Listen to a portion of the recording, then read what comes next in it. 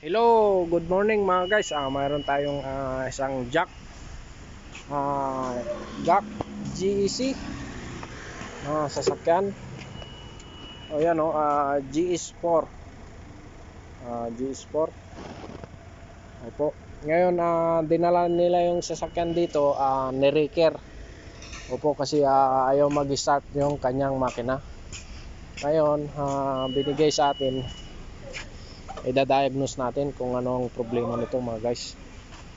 Opo. Engine not start daw to mga guys. Opo. Tapos kung makikita nyo, yung kanyang baterya ay sira na. Naglabas na ng yung battery fluid nya. Ngayon, kasi lubat na siya. Lubat to. Walang ano. Ngayon, nagdala ako ng booster. Ito mga guys, battery booster. Ito ang gagamitin natin. Bubooster natin yung makina. Tapos tignan natin kung anong problema. Bakit daw ayaw mag-start. Ayaw daw mag-start. Okay.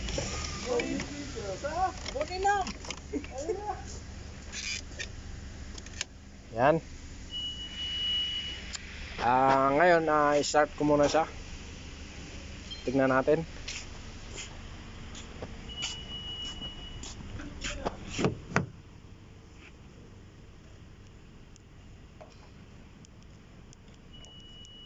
Pati yung remote niya mga guys, ayaw yung remote niya ayaw gumana. Kaya dito tayo.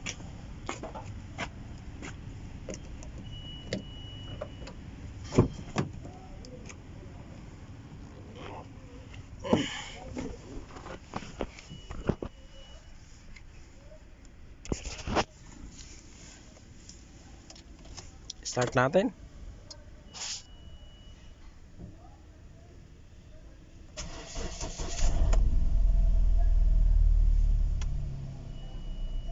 Yun, mandar na.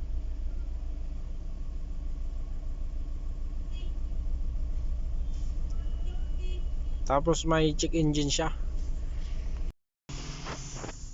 Yan mga guys, naipasok na natin sa workshop yung sasakyan. Pero napa-start natin. Ibig sabihin yung kanyang baterya lamang ang may problema. Kaya sabi sa concern natin ay engine not starting. Opo, dahil low-bat yung kanyang battery. Ngayon, i-booster natin, ayos na. Kaso lang may problema pa yung sasakyan natin kasi may engine light on siya. Tapos habang nandito ako sa loob ng sasakyan mga guys, ramdam ko na yung kanyang makina ay palyado mga guys. Ganun o. Namamalya yung makina niya kasi may vibrations. Mararamdaman mo yung vibration ng makina mga guys. Palyado yung makina natin. Opo. Ngayon, ang gagawin natin, punta tayo doon sa harap. Buksan natin yung kanyang engine bay, yung hood. Opo. Tapos mamaya scan ko siya kung anong DTC code niya. Okay. Baka ito ay kasi 100,000 na to. Check natin kung may history na siya ng palit ng spark plug. Opo. Yan ang mga basic na gagawin muna natin. Tapos checkin natin yung mga engine support nya. Okay. Yan mga guys, ito na yung kanyang makina. Ngayon, ang gagawin natin, pasensya na kayo, mandumi ng kanyang makina. Tanggalin natin tong cover dito. Yan. Lagay natin dyan. Gagawin natin, ito yung kanyang mga ignition coil mga guys. Opo.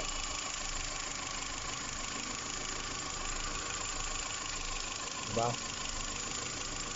So 1, 2, 3, 4 ignition coil.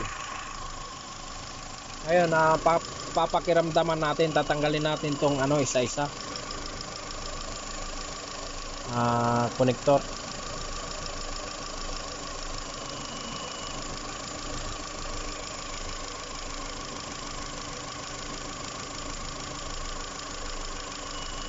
Tapos tingnan natin kung saan yung namamalya. Kasi palyado yung makina niya eh. Okay po.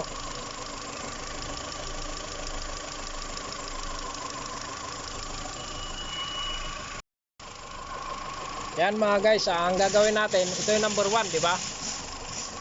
Na ignition coil niya. Papakiramdaman natin kung mamamalya yung makina. Yan, tanggalin natin isa-isa. So, number 1, tanggalin ko siya. Oh, di ba? Nanginig yung makina. Ibig sabihin na gumagana tong number 1 natin. Yan, balik natin. Tapos to naman ang number 2.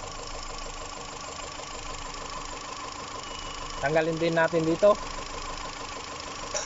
Kanyang yan oh, walang pagbabago mga guys. Diba? Tinanggal ko na yung socket nya. Hindi na malya yung makina. Ganun pa rin ang andar nya. Oh. Tingnan natin, ibalik natin to. Ito sa number 3 tayo. Sa number 2, hindi nagbago yung andar nya. Hindi na malya, ganyan pa rin ang andar nya. Sa number 3, tingnan natin. Oh, yan, di ba? Nanginig. Oh, ibig sabihin niyan, gumagana tong number 3. Ito sa number 2, wala, hindi nagbago. Ito number 4. Yan, nanginig oh. Oh, nanginig. Ibig sabihin, ang number 2 ang pumalya dito sa ano niya. Ngayon, tatanggalin natin yung spark plug nya. Baka pundi na yung spark plug nya. 100,000 ang natakmo ng makina. At ayan, may check engine siya. At palyado yung kanyang makina mga guys. Opo. Kaya ayan, ulitin natin itong number 2. Diba? Tanggalin natin dito.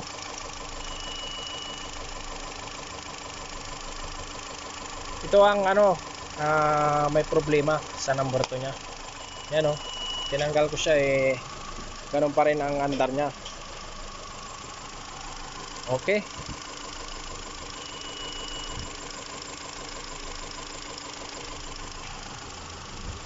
Tapos sa injector naman mga guys, ganun din ang pag-check.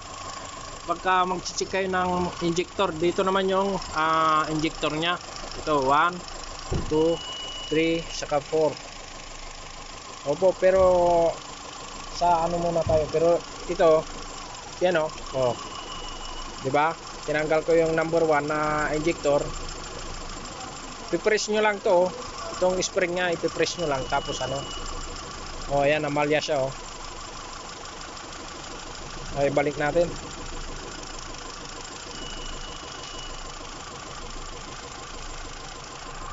Tapos sa number 2, ganun din ang gagawin nyo. Tapos 3 tsaka 4, ganun lamang po. Opo. Pero ang gagawin ko muna dito, tatanggalin ko yung spark plug nya. Papalitan natin ng spark plug to mga guys. Opo.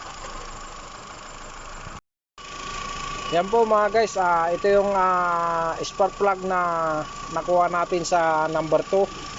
Tinanggal ko yung number 2 na spark plug nya at pinalitan ko muna siya ng temporary na ano, ito spark plug.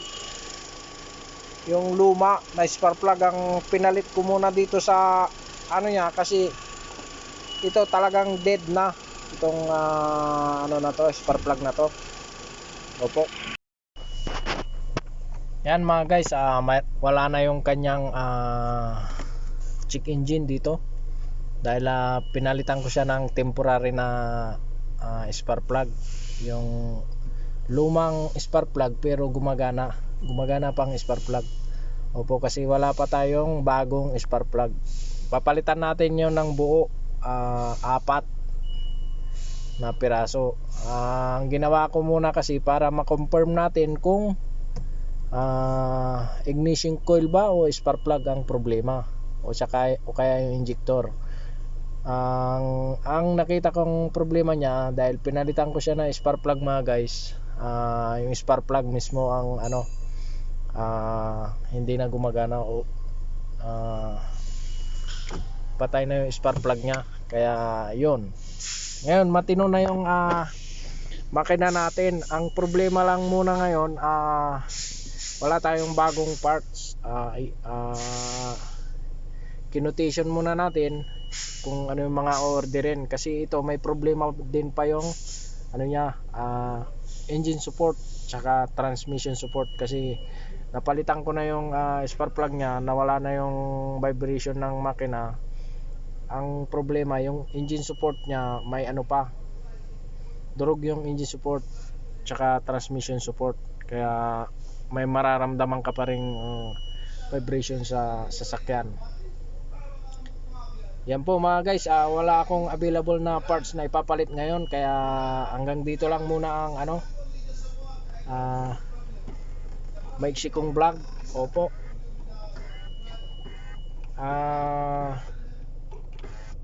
sana may natutunan kayo kahit konti dito sa maiksi kong vlog. Pasensya na kayo at wala tayong bagong pesa. Opo, mag-order muna tayo, tapos siguro mga after 2 days or tomorrow.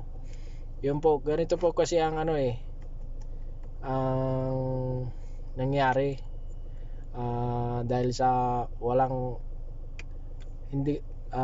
available na parts. Yan, delay yung trabaho natin. Opo, kaya yun muna ang mangyari ngayon mga guys. Maraming salamat po sa panonood. Opo, isa itong jack na GE4 yata. Opo, yan, maraming salamat po.